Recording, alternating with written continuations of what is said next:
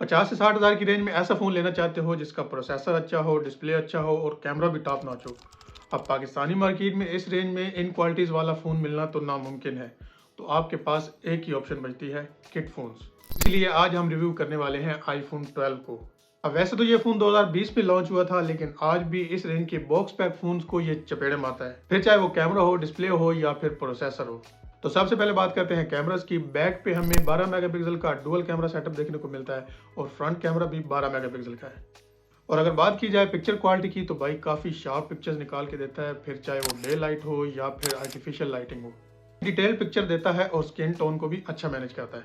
और अगर पोर्ट्रेट्स की बात की जाए तो वैसे तो इसके पोर्ट्रेट्स बहुत अच्छे हैं, लेकिन एक चीज़ मैंने इसके पोर्ट्रेट्स में नोट की है, ये आपके बाल और कान को भी ब्लर कर देता है, जो कि काफ़ी अनरियलिस्टिक लगता है। फ्रंट कैमरा भी बहुत अच्छा है, डिटेल्ड और काफ़ी शार्प पिक्चर्स निकाल के देता है। और इसके पोर्ट्रेट्स में भी वही मसला है जो बैक कैमरा के पोर्ट्रेट्स में है। ये जो वीडियो आप देख रहे हैं ये रिकॉर्ड हो रही है आईफोन 12 के फ्रंट कैमरा से। 4K 30 FPS पे मैं वीडियो रिकॉर्ड कर रहा हूँ, लेकिन 4K 60 FPS तक ये वीडियो रिकॉर्ड कर सकता है। और जो ऑडियो आप सुन रहे हैं ये इसी के बिल्ट इन माइक से रिकॉर्ड हो रही है।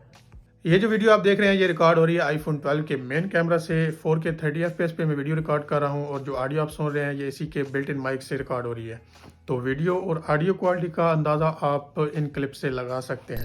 लेकिन फिर भी भाई पिक्चर क्वालिटी इसकी टॉप नॉच है और आजकल के बॉक्स पैक फोन्स को तो ये अपने पास भी नहीं पटकने देता। कैमरा लवर्स के लिए ये फ़ोन 100% रिकमेंडेड है, तो कैमरा के लिए आप ये फ़ोन कंसिडर कर सकते हो।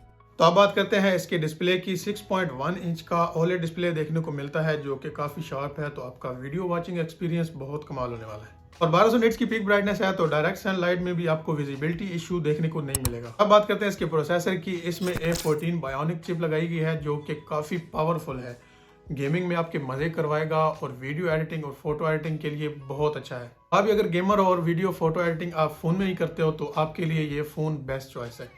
And now let's talk about the battery. Camera performance और डिस्प्ले में तो ये फोन टॉप नॉच है, लेकिन बैटरी में ये फोन पीछे रह गया क्योंकि इसकी बैटरी सिर्फ 2800 mAh है। अब वैसे तो आईफोन की बैटरीज काफी ऑप्टिमाइज्ड होती हैं, लेकिन 2800 इज नॉट इनफ।